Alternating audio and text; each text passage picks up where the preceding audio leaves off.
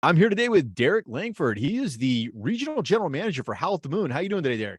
I'm doing great, man. Thanks for having me. Awesome. Well, I'm excited to have you. I had Brad on, probably about 3 or 4 months ago, and he gave us a high level overview of Howl at the Moon, and gave us some really insights into how Howl at the Moon came out of the pandemic. But I'm excited to talk to the ops guy, right? Like I'm excited Yeah. to talk to somebody who lives this every day. So, Derek, why don't we start off? Tell us a little bit about yourself, your career, and then we'll kind of jump from there. Yeah. This is actually celebrating my 20th year in the hospitality industry now.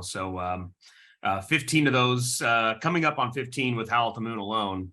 Wait, is that right? Gosh, it's been longer than that. It must be 22 years in the industry. Wow, it's been a long time. Got my start in Kansas City. That's my hometown, where I was born and raised. Go Chiefs, right? and Working at a mom and pop kind of restaurant there that has actually expanded quite a bit since then, and they really gave me a lot of the tools I needed and a lot of the work ethic to really thrive in the service industry. Just a really good, healthy base to start from. It was 54th Street Grill and Bar for anybody in the Kansas City or on down to San Antonio area. Just a great company to work for, and I learned a lot from them. Then I kind of moved on and worked a few different places and got my teeth cut in the bar industry in Kansas City before finally, running into the leaders of Howl at the Moon. It was in 2007, the end of 2007 when I met them. The Kansas City Power and Light District was getting set to open.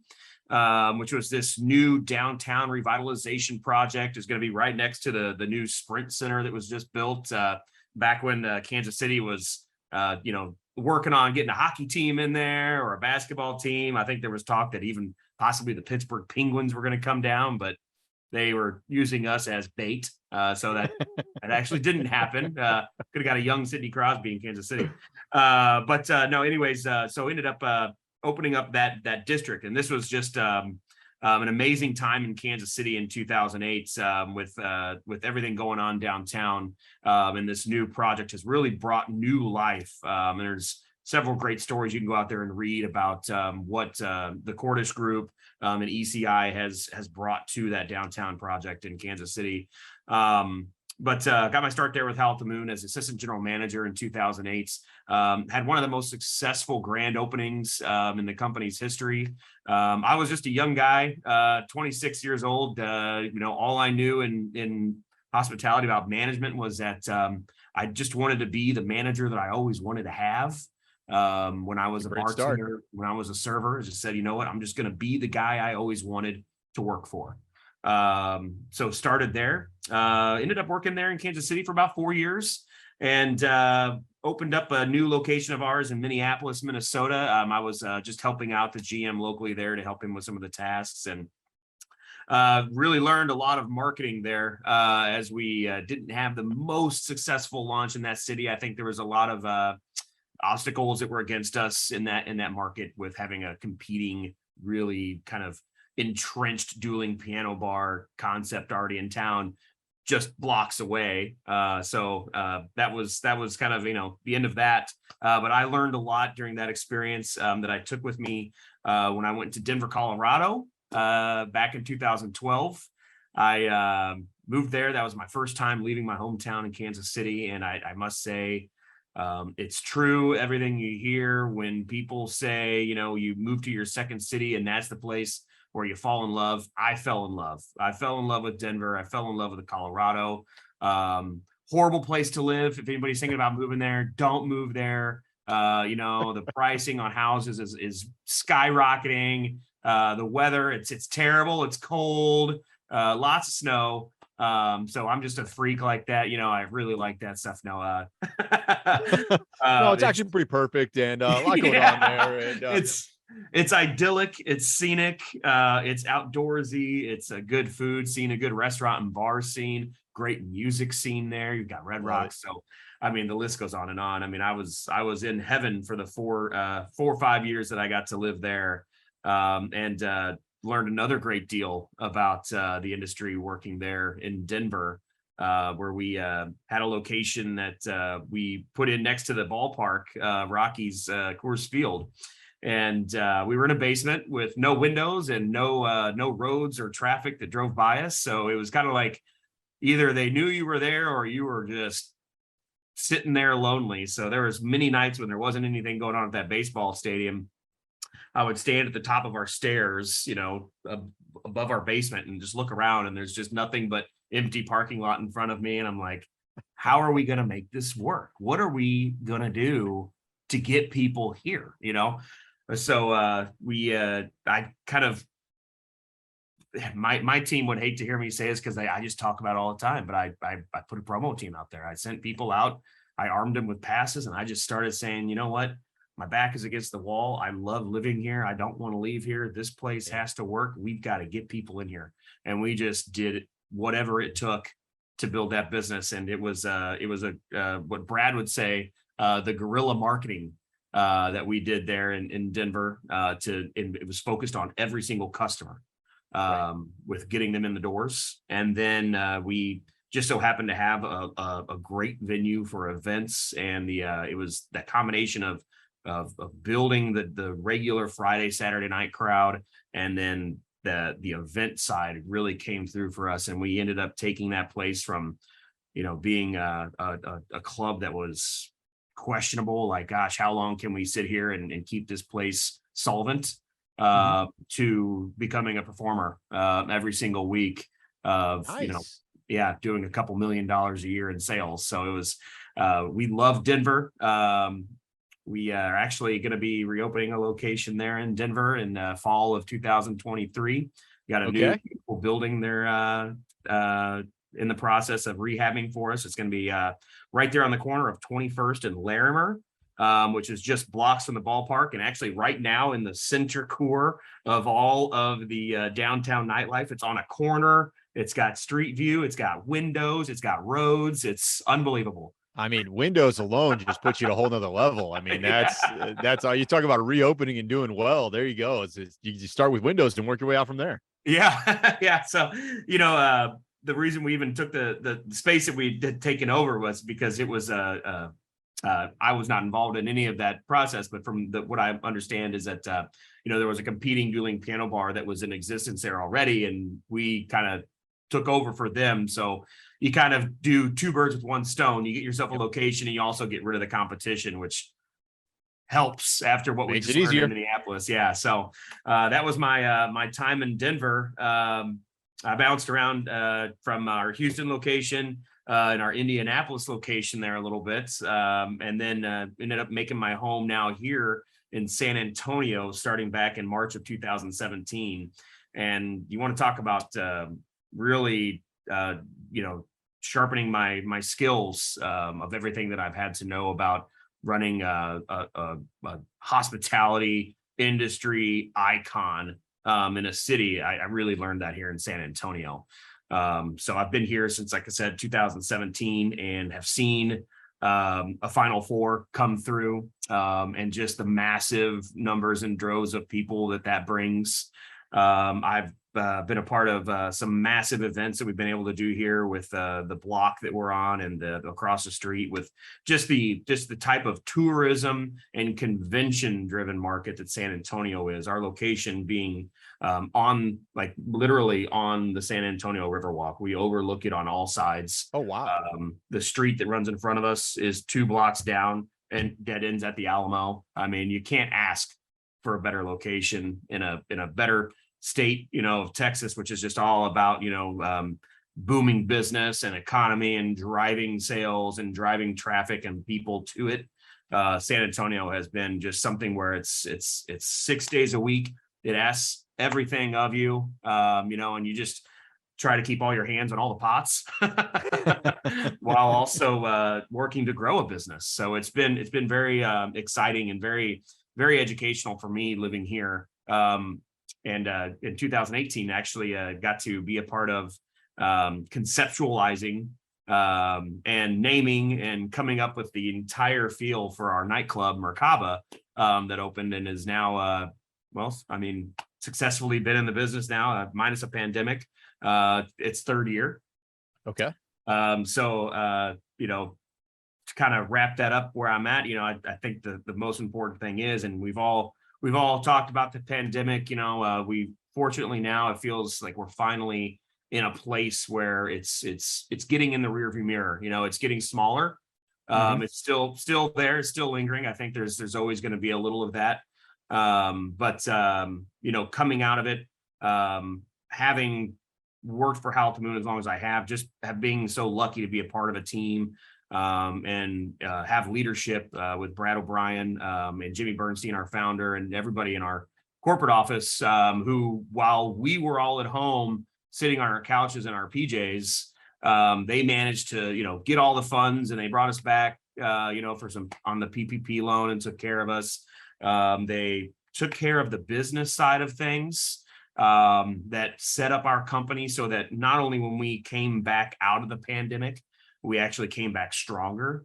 We've seen it now because our locations went from, in 2019, we are now exceeding those numbers pre-pandemic, of where our sales are now, and that couldn't have been done without the efforts of everybody in our leadership who did the right things to make sure that we stayed solvent, and people like myself, people like our bartenders, our staff, everybody had a place to return to work, and just continue to do what we do, which is show people a great time. Yeah, absolutely. And I think that's, first of all, great shout out to your leadership. Cause I mean, you're right. They did a phenomenal job. It would have been very easily for very easy for a company that is dependent on foot traffic and I don't know, like singing, to have folded during COVID, right during the pandemic. But I mean, I think, for me, what's very interesting is, for everybody who out there who has never been to a Howl at the Moon, I mean, it is dueling pianos, it is live music, it is energy. And I think that is what people are very excited about right now. So, if I'm looking at this and I'm saying, okay, I've got all this energy, I've got all these great locations, you're growing, you're pre-pandemic, you've exceeded pre-pandemic. So what kind of things are you all doing to kind of lead the way there, or to borrow a term you used earlier today, separate from the pack, right? Like, Yeah. what kind of things are you all doing to capitalize on that? Yeah, our concept has come a long way from the beginning. In the beginning, Howl at the Moon, and people will hear us say the word dueling pianos. And we've really kind of separated ourselves from that. I think that was the first thing that we had to do to separate ourselves from the pack, is that we needed to separate ourselves in our own niche. There's this connotation, whether it be negative or positive or indifferent, about dueling pianos when people hear that. And me being in the business as long as I have, I think I've heard Piano Man enough times. And we're all kind of like, okay, what's next? What's next? Right. What's next? And we come in and we ask that question really every day. We put it upon our entertainment directors at all of our locations. And we have great leadership on our music side as well, too, with our national entertainment directors and regional entertainment director. They are constantly, and really it's all the musicians, they're constantly pushing the envelope of what's possible on that stage. I can remember in 2008, 2012, I'm talking about this journey of when it was dueling pianos. It was two guys sitting up there, and they're, bantering back and forth, and they're like trying to, pull money out of the crowd kind of thing. And it's fun, right? It's interactive. Like, you're part of the show.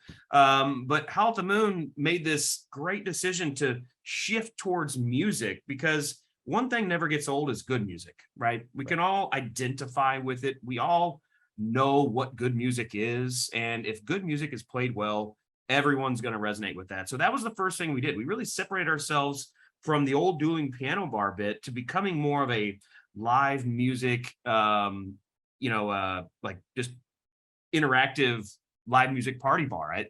It's hard to describe it in any few words, because I don't think there's anything that really describes it. You have to go in and experience it. You have to come in and see the energy that's in the room, the way people resonate with it. Everybody gets it. You walk into the room, and it's not like we're trying to be something and trying to like show you something that like you can't understand. You walk in and it feels like you just stepped into like either the coolest house party you've ever been to in your life, with this awesome live band where they all play music and all play different instruments, or you're at like a concert. It's something unlike anything else in the country. You can probably just tell them by my voice. I get really excited about it. My new role has me now working as a regional manager. So I'm spending more time behind a computer screen than I used to be when I was in the general manager position, where I would, be in the club. But I just happened to go into the San Antonio location this last Saturday, man, and they just started a song. It was Purple Rain by Prince. Not exactly a new tune, but the way they present it and the way they sell it, man, I had goosebumps just listening to them play that song with the whole energy and the vibe inside of that room. It's just an experiential kind of thing. And if I can just keep kind of rambling on here. Oh yeah, please do. Thank you. I have a tendency to do that. I'm a talker. Hey, if you go too far off the rails, my friend, I'll bring you back. You're okay. Quite Please, all right. Yeah, reel me in at any point. With that whole experiential thing, and this is where I think we can kind of tie this in with the listeners, is the people that are here. Maybe they don't have the musicality product that Howl at the Moon presents, but we all do have something that we can use to separate ourselves from the pack. We all have something. And I think that's really what people are looking for now. The guest experience has really shifted, whereas before, you could open up, have a clean, well-stocked place, looks nice, sounds nice, and people go on and leave good reviews. You have good food, good service, et cetera, et cetera, et cetera. And you're kind of just going off and you're checking all these boxes.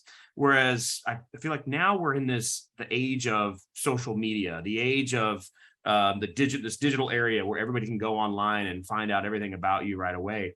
You've got to stand out with something that's either it's a food item, it's a drink item, all the above, that is that moment where people can have an experience with it. So at Howl at the Moon, we as being part of the Beverage team, I help make decisions and lead our team and guide the team towards what is going to be the next thing for us. And we have just different offerings that really stand out. Everything from things we've been doing a long time, like our big bucket drinks, where everybody shares a big bucket with big old neon straws coming out of it. It's one of those things where we have our Jello shots they look like injectors. It looks like a big like syringe. And, and we have a girl going around who's shooting those into people's mouth.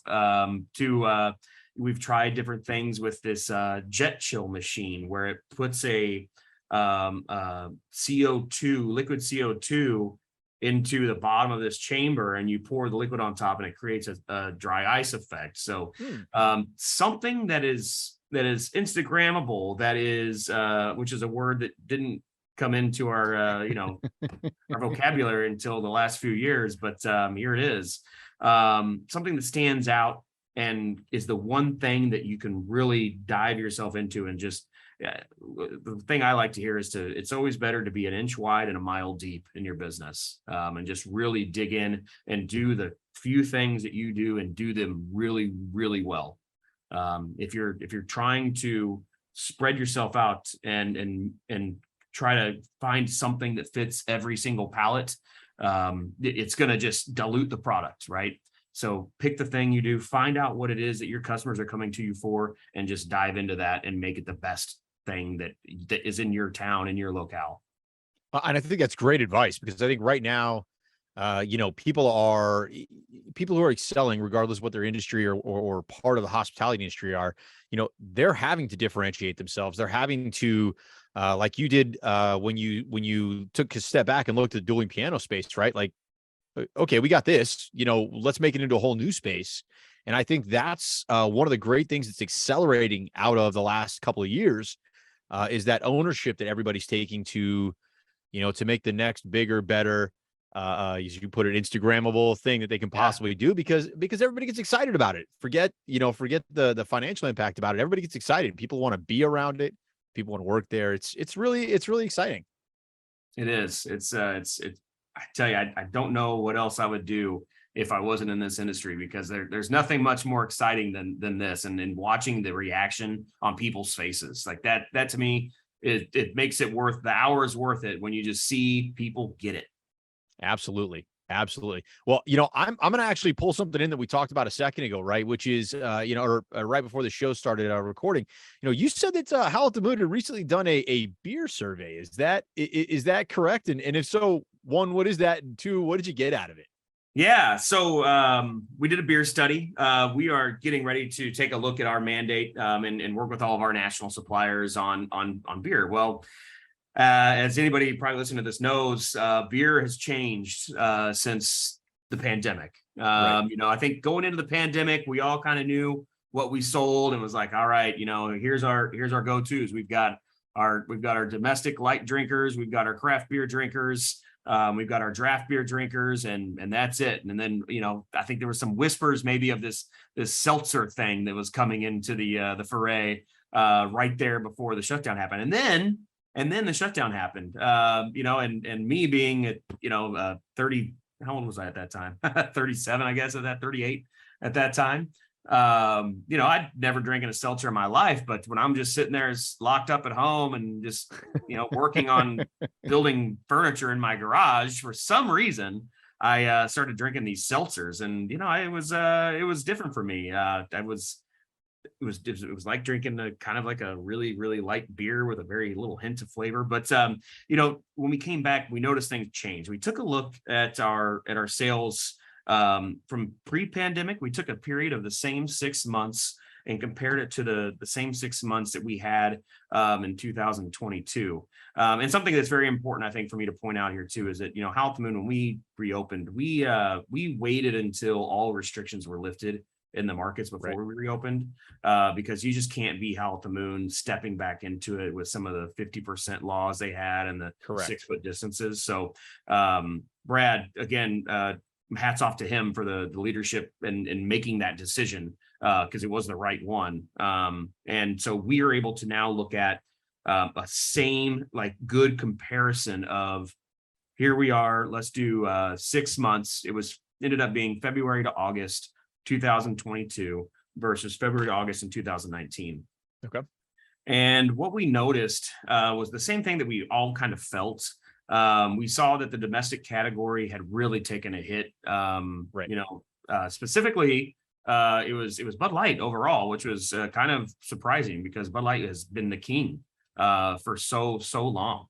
And what we noticed is that now with the drop in sales in Bud Light, it also at the same time was lining up with a trend in draft beer sales as well. It's where, it used to be you'd open up a restaurant or a bar and you're like, okay, hey, let's throw in a draft system. We know we're going to need all these beers. It's great. It's easy. We can, change out these beers really easily and get new taps on there. And it's that great visual, great marketing behind the bar when you have that, right?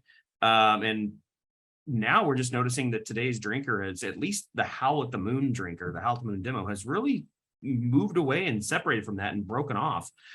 Even though there was this huge decrease on the domestic side, a huge decrease on the draft beer side, we did see almost a exchange in the fact that craft beer stayed about the same with a slight increase. Okay. So the beer drinkers are still out there. The people who are serious about beer still want to have it. But it's the RTD and the seltzer revolution beyond beer that we keep hearing in our circles of what's next. We have the White Claws, the Trulies of the world, and every other emerging brand that's trying to compete with them and get some market share in the seltzer category.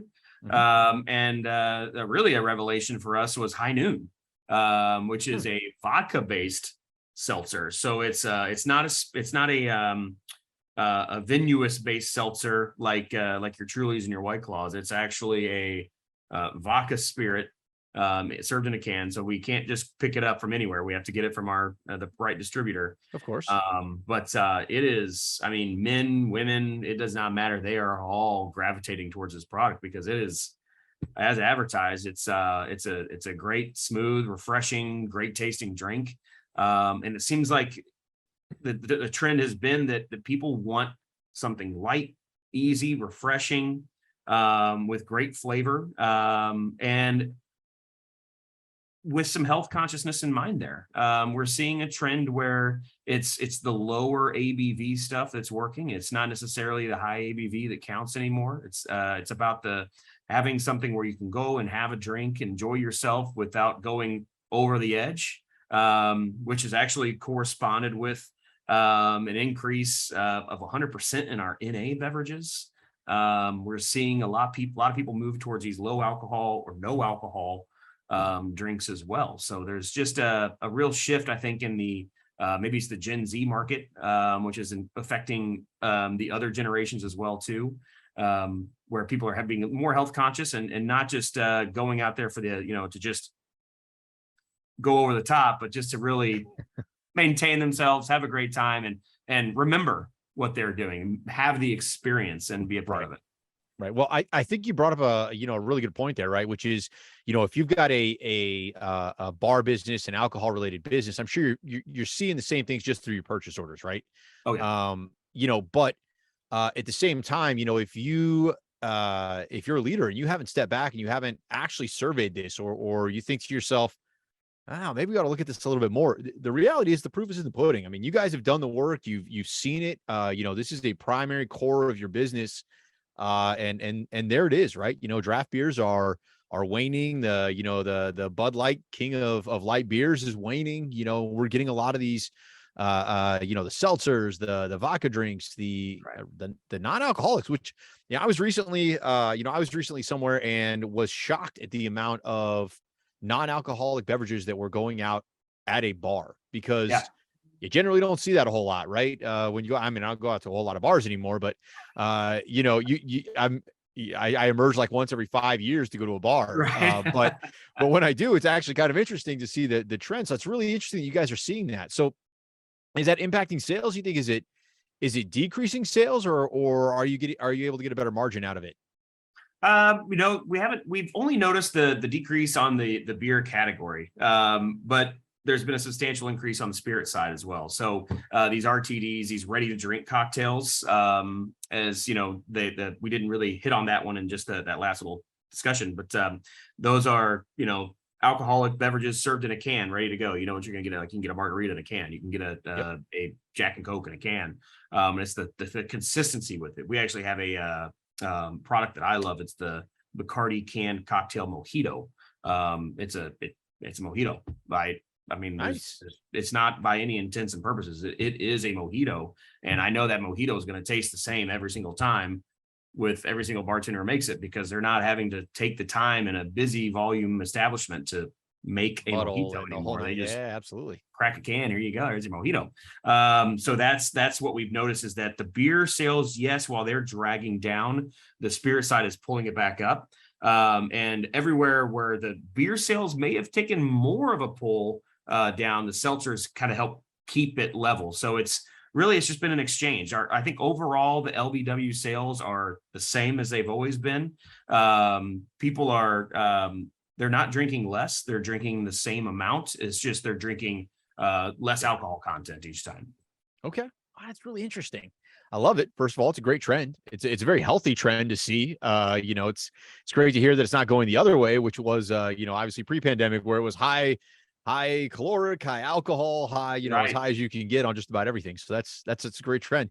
We have our theories about that, and one thing I think that might I don't have any data to support this or back this up, but one thing that could be falling into that is that now with Gen Z, they're I'm a millennial, I'm an elder millennial, and we remember what life was like. We got to live our childhood not being on Facebook or recorded all the time, whereas now these Gen Z kids, they've been in front of a camera pretty much their whole lives. Their parents were always taking photos of them and posting on Facebook or on Instagram. So they know kind of what it's like. And it's almost like, they know what their brand is, and they don't want their brand to look a certain way. So they're making different decisions. At least the people, the influencers, another buzzword there, the influencers in the Gen Z, I think, are kind of setting that example for these drinkers of saying, hey, let's, show ourselves this way. So it is a really positive and great trend to see that the younger kids are being a little more moderate than we were in our younger days. Well, I think you brought up a lot of great points here, right? I mean, if you think about dialing in the experience and really winning and dominating your space, um, but make sure you're always watching and make sure you understand the trends, how they're happening, how you can capitalize on them.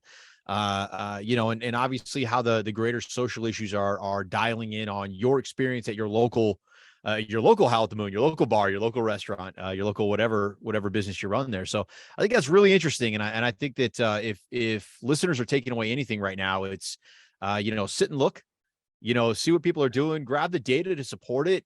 Don't be afraid to make new decisions, even if they run counter to what you've kind of done before, That's right. because things are changing, and I think that's the one thing everybody can agree with is that things are changing.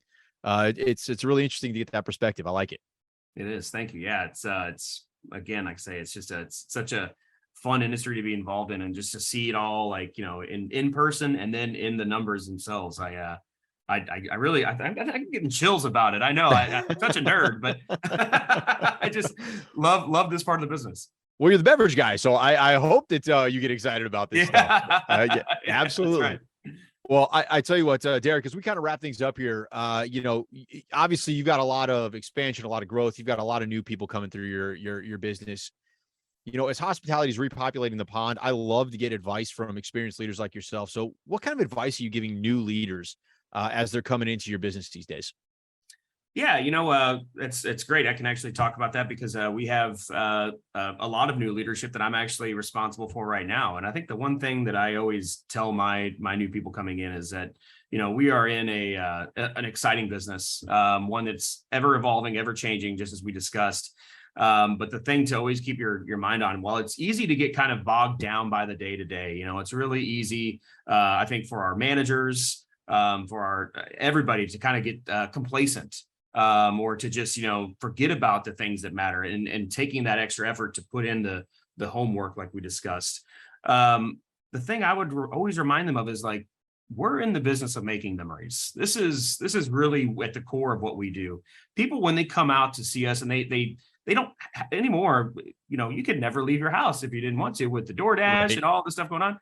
So when people choose to leave their home and get dressed up and come to you, that was a conscious decision they made. So that is where we have to take the reliability, the responsibility upon ourselves to know that we're accountable and we are responsible for that memory that they're going to create with us, whether it's a birthday party or a bachelorette party, a girls' night out, or just, somebody just trying to forget the stresses of the week, because something happened that week, or they're celebrating a new home purchase, whatever that could be.